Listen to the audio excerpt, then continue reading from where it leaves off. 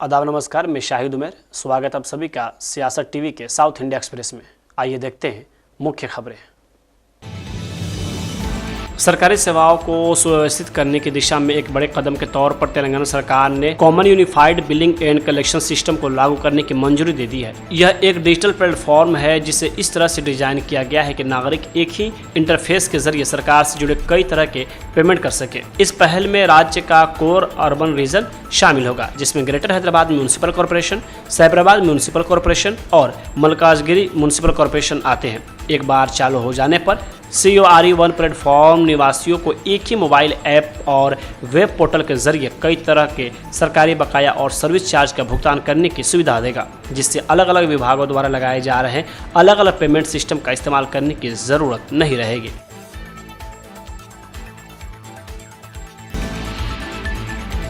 गुंडला सिंगाराम के survey number 174 में चलाए गए तोड़फोड़ अभियान में हनुमनकोंडा में कम से कम 200 झोपड़ियों गिरा दी गई। रिपोर्ट्स के अनुसार तोड़फोड़ की कार्रवाई सुबह 5 बजे शुरू हुई। वही आपको बता दें कि कल यानी शुक्रवार को इलाके के लोगों ने कलेक्टर ऑफिस में इस कार्रवाई के खिलाफ विरोध प्रदर्शन किया, जिसके बाद काकतीय यूनिवर्सिटी पुलिस ने 30 प्रदर्शनकारियों को हिरासत में ले लिया। सोशल मीडिया पर शेयर किए गए वीडियो में अतिक्रमण विरोधी अभियान के कारण लोगों को परेशानी में देखा गया।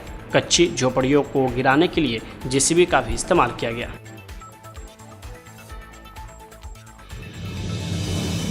तेलंगाना रक्षा सेना के अध्यक्ष के कविता ने आज कहा कि भारत में किसी को भी पाकिस्तानी कहने का अधिकार नहीं है।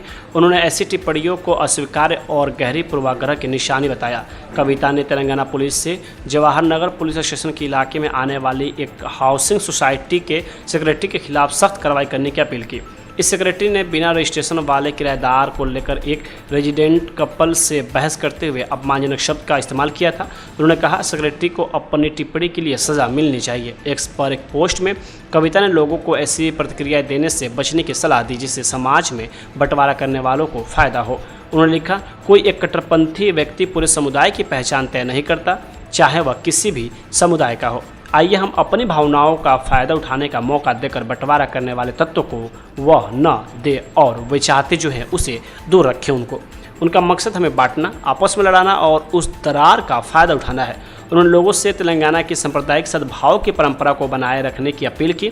कविता का यह बयान हैदराबाद के बाहरी इलाके कपरा में स्थित जनप्रक्रिया लेक फ्रंट सोसाइटी में हुए उस विवाद के 2 दिन बाद आया है जो सांप्रदायिक रंग ले चुका था। सोसाइटी की मैनेजिंग कमेटी के सेक्रेटरी ने बिना रजिस्ट्रेशन वाले किराएदार को लेकर हुई बहस के दौरान एक निवासी जोड़े को पाकिस्तानी कह दिया, जिससे वहां मौजूद पुलिसकर्मियों के साथ टकराव की स्थिति बन गई।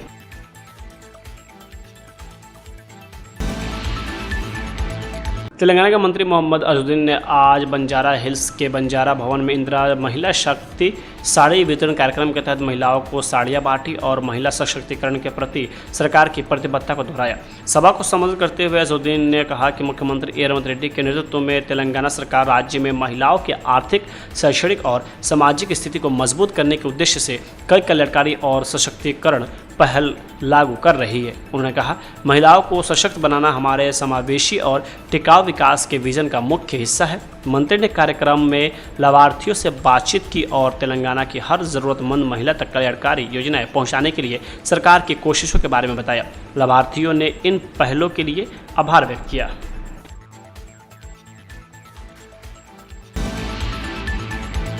केंद्रीय मंत्री जी किशन रेड्डी ने कहा कि भारत सरकार ने दुनिया भर में 21 जून को अंतर्राष्ट्रीय योग दिवस के तौर पर मनाने की शुरुआत की। हैदराबाद में जानी मानी हस्तियां पिछले 7 सालों से 21 जून के लिए 24 घंटे का काउंटडाउन मना रही है। आज भी यहां परेड ग्राउंड में एक शानदार कार्यक्रम आयोजित किया गया। इसमें हजारों योग प्रेमियों ने हिस्सा लिया। आज के इस कार्यक्रम में तेलंगाना के गवर्नर, भारत के पूर्व उपराष्ट्रपति, पूर्व गवर्नर, सांसद और विधायक, कलाकार, योग संगठन, छात्र और 45 विदेशी प्रतिनिधि भी शामिल हुए। भारत सरकार के ओर से जो 21 जून इंटरनेशनल योगा दिवस बनाते हैं दुनिया भर में, हैदराबाद में 21 जून का 24 आवर्स बिफोर 24 आवर्स काउंटडाउन के नाम पर लगातार 7 साल से हैदराबाद के प्रमुख लोग मिलकर ये इंटरनेशनल योगा दिवस 24 आवर्स का पहले ही हम बनाते हैं। आज भी हैदराबाद में परेड ग्राउंड्स में शानदार कार्यक्रम हुआ है।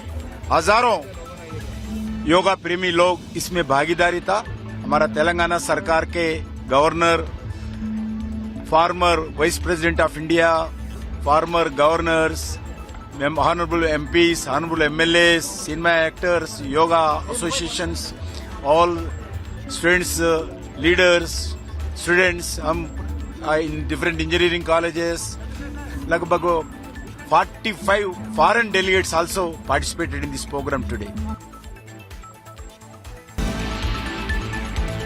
आंध्र प्रदेश के मुख्यमंत्री चंद्रबाबू नायडू ने कहा कि अंतर्राष्ट्रीय योग दिवस के सबसे अच्छे आयोजन में से एक होगा। इस साल हम इसे अमरावती में बहुत बड़े स्तर पर आयोजित कर रहे हैं। मैं योग को हर घर तक पहुंचाना चाहता हूं, यही हमारा मिशन है और हम इसी दिशा में काम कर रहे हैं।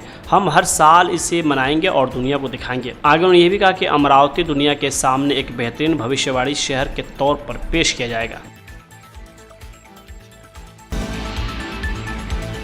कर्नाटक के सीएम डीके शिव कुमार ने कहा कि आज कैबिनेट में हमने एक बड़ा फैसला लिया है। एक अलग मंत्रालय बनाया जाएगा और एक मंत्री को पूरे राज्य में लोगों की शिकायतों को सुनने की जिम्मेदारी दी जाएगी। इसमें मंत्री और विधायक भी शामिल हो सकते हैं। सभी मंत्रियों को हर हफ्ते एक दिन किसी एक ताल्लुक में जाना जरूरी होगा। उन्हें लोगों से मिलना होगा और उनकी शिकायतों पर ध्यान देना होगा। हमें उन्हें बेंगलुरु आने की जरूरत नहीं पड़े देनी चाहिए। इसे प्रजा सेवक विभाग कहा जाएगा। फिर मैं यह भी सुनिश्चित करूंगा कि विधायक सभी घरों तक जाएं। इसके लिए एक अलग IAS अधिकारी को जिम्मेदारी दी जाएगी और उनके अलावा दूसरे अधिकारी भी होंगे।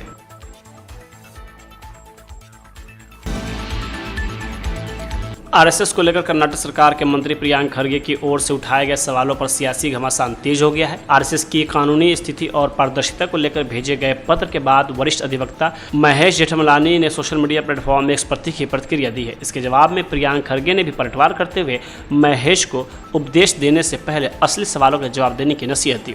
महेश ने एक्स पर लंबी पोस्ट साझा करते हुए कहा कि प्रियांक खरगे का पत्र संवैधानिक जिज्ञासा नहीं बल्कि एक सोची समझी राजनीतिक उकसावे की कोशिश है। उन्होंने कहा कि आरएसएस पिछले 100 वर्षों से खुले तौर पर राष्ट्र सेवा कार्य कर रहा है और संविधान का अनुच्छेद 19(1)(c) नागरिकों को संगठन बनाने की स्वतंत्रता देता है। उनके मुताबिक किसी स्वैच्छिक संगठन के लिए केवल राजनीतिक इच्छा के आधार पर पंजीकरण अनिवार्य नहीं किया जा सकता। महेश ने अपनी पोस्ट में लिखा कि किसी मंत्री के पद पर बैठे जाने से उसे यह अधिकार नहीं मिल जाता कि वह किसी संगठन को अपनी इच्छा के अनुसार चलने का आदेश दे। उन्होंने कहा कि कानून सभी के रूप में और आरएसएस को कानून जिन दायित्वों के लिए बाध्य नहीं करता उन्हें मानने के लिए मजबूर नहीं किया जा सकता।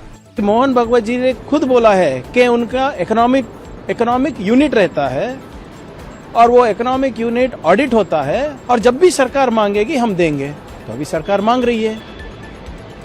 जो भी है, अब बातों को घुमा फिरा के बात करने से कोई फायदा नहीं है और आपके बीजेपी के चमचों को बात कराने से कोई फायदा नहीं है। कागज है तो मुंह पर मारिए, बोल दीजिए प्रियांक ये लो कागज चाहिए ना तुम्हें, कागज दे दिया।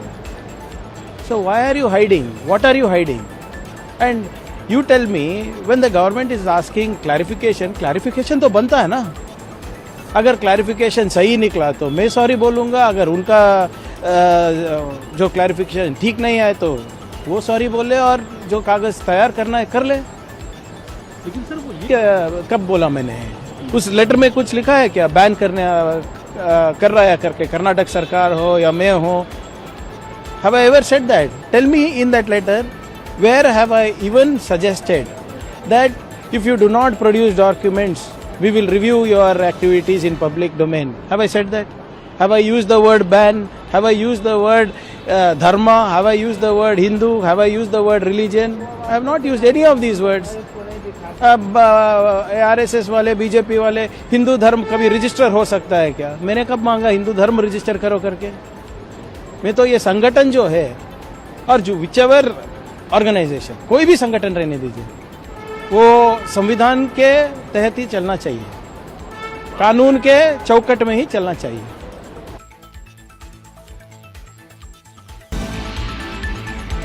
शिवसेना यूपीटी संकट पर केंद्रीय मंत्री प्रहलाद जोशी ने कहा कि बाला साहेब बड़े नेताओं में से एक थे, इसमें कोई शक नहीं, लेकिन उनके बाद उद्धव आए जिनमें वैसी काबिलियत नहीं थी। लोगों ने जैसे तैसे बर्दाश्त किया, लेकिन अब सांसद और विधायक उनके नेतृत्व में काम नहीं करना चाहते, इसलिए वे आ रहे हैं।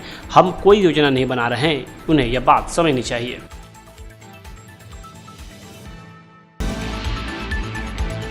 कांग्रेस के वरिष्ठ नेता और सांसद शशि थरूर ने आज पिनराई विजयन पर तीखा हमला बोला है। उन्होंने केरल के हालिया बजट पर विजय की आलोचना को पुरानी और घिसी पीटी बातें बताया। यह बयानबाजी तब शुरू हुई जब पिनराई विजयन ने यूनाइटेड डेमोक्रेटिक फ्रंट यानी यूडीएफ सरकार पर नेहरूवादी समाजवाद और वामपंथी विचारधारा से दूर जाने का आरोप लगाया। सोशल मीडिया प्लेटफॉर्म एक्स पर प्रतिक्रिया देते हुए शशि थरूर ने लेफ्ट डेमोक्रेटिक फ्रंट यानी एलडीएफ के पीछे 10 सालों के शासनकाल में बड़े भारी कर्ज को मुद्दा बनाया। उन्होंने विजयन के दावों पर सवाल उठाते हुए कहा कि लेफ्ट के पास जवाब देने के लिए वही पुराने तर्क बचे हैं। थरूर ने पोस्ट में लिखा कि केरल के नए बजट के जवाब में लेफ्ट सिर्फ पुरानी बातें दोहरा रहा है। उन्होंने तर्ज कसते हुए कहा कि एलडीएफ सरकार वेलफेयर, सोशल जस्टिस और पब्लिक इन्वेस्टमेंट की बात करती है, लेकिन इनकी कीमत राज्य में 5.07 लाख करोड़ रुपए का कर्ज चढ़ाकर चुकाई गई है। उन्होंने यह भी कहा कि कर्मचारी की सैलरी और ओणम बोनस तक के लिए उधार लेना पड़ा। कांग्रेस सांसद ने एलडीएफ के वित्तीय प्रबंधन पर भी सवाल उठाए। उन्होंने आरोप लगाया कि पिछले एक दशक में राज्य में कर्ज, नाकामी, भ्रष्टाचार और गलत काउंसलिंग जैसी समस्याएं बढ़ी हैं। थरूर ने कहा कि जब लेफ्ट बजट पर बहस करने की कोशिश करता है तो लोगों के सामने सवाल उठता है कि इस स्थिति पर हंसा जाए या दुख जताया जाए। कांग्रेस ने तेजी से घटती बचत और महंगाई के मामले में सरकार पर निशाना साधा है। कांग्रेस ने कहा कि बीजेपी दूसरी पार्टियों से नेताओं को खरीदने में व्यस्त है, जबकि आम आदमी के लिए ज़रूरी चीज़ें खरीदना भी मुश्किल हो गया है। कांग्रेस अध्यक्ष मल्लिकार्जुन खड़गे ने आरोप लगाया कि मोदी सरकार के अर्थव्यवस्था के शराब प्रबंधन के बोझ तले आम परिवार बर्बाद हो रहे हैं। एक सोशल मीडिया पोस्ट में खड़गे ने कहा कि महंगाई के कारण बचत तेज़ी से घट रही है, चीज़ें महंगी हो गई हैं, उम्मीदें टूटी हैं, असमानता बढ़ी है, दुनिया में साख गिरी है और युवाओं में भारी गुस्सा है। कांग्रेस प्रमुख ने कहा कि मोदी सरकार के अर्थव्यवस्था के कुप्रबंधन के बोझ तले परिवार बर्बाद हो रहे हैं। खड़गे ने कहा कि खुदरा महंगाई 16 महीने के सबसे ऊंचे स्तर पर है। खाने पीने की चीज़ों की महंगाई 4.78% है। थाली से टमाटर गायब है। मेडिकल महंगाई 15% से ज़्यादा है। रुपये तेज़ी से गिर रहा है। विदेशी निवेशक हमसे दूर हो रहे हैं। आगे उन्होंने ये भी कहा कि युवाओं के लिए नौकरी नहीं है, बेरोजगारी बढ़ रही है। आरबीआई गवर्नर संजय मल्होत्रा ने चेतावनी दी है कि मॉनेटरी पॉलिसी कमेटी यानी एमपीसी को महंगाई के ट्रेड पर नज़र रखनी होगी, खासकर मई में ईंधन की कीमतों में बदलाव को देखते हुए। उन्होंने कहा कि हमें महंगाई के ट्रेड पर नज़र रखने की ज़रूरत है। आगे चलकर मई में पेट्रोल और डीजल की रिलेट कीमतों में बदलाव से आने वाले महीनों में फ्यूल से जुड़ी महंगाई बढ़ सकती है। यूएस ईरान युद्ध के कारण हॉर्मुज़ स्ट्रेट में नाकेबंदी से तेल की सप्लाई में रुकावट और लगातार तनाव के बीच केंद्र सरकार ने एक महीने में 3 बार पेट्रोल की कीमतें बढ़ाई है।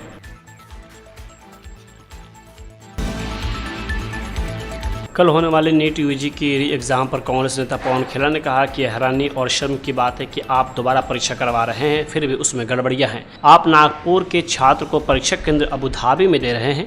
यह बेशर्मी की हद है कि अब आप कह रहे हैं कि उसे नया केंद्र दे रहे हैं। क्या यह कोई मजाक है? एग्जाम को लेकर इतनी तैयारियां चल रही है, इतनी बहुत हैरानी की बात है और शर्मनाक बात है कि आपने दोबारा एग्जाम दे दिया और उसके बाद भी इस तरह की भारी गलती, जिसमें आपने नागपुर के स्टूडेंट का एग्जामिनेशन सेंटर अबू धाबी कर दिया 2500 से ऊपर किलोमीटर दूर, और बेशर्मी की इंतहा को बोले नहीं आप नया सेंटर दे देंगे। उस बच्चे को एग्जाम से पहले वैसे ही हम सब नर्वस होते थे, वो भी नर्वस हुआ होगा। उसकी नर्वसनेस में आपने उसके ऊपर एक और मुसीबत डाल दी, उसके परिवार पे एक और मुसीबत डाल दी कि उसको अबू धाबी जाकर एग्जाम देना पड़ेगा और फिर हाथ झटक के कहते हैं चलो फिर एक और सेंटर दे देंगे। मजाक समझ रखा है एग्जाम को। सर, तो नृपेंद्र मिश्रा कह रहे हैं पूरे मैनेजमेंट को बदलने की जरूरत है। अयोध्या में जो देखरेख कर रहे थे प्रधानमंत्री के निजी सचिव रहे, बहुत कुछ बदलने की जरूरत है। सरकार से शुरू कीजिए, पहले तो सरकार को बदलिए। जो राम के नाम पे चोरी कर लें उनसे अब आप क्या उम्मीद रखते हैं? उनसे क्या सवाल पूछने चाहिए? उनको निकाल के बाहर कर देना चाहिए।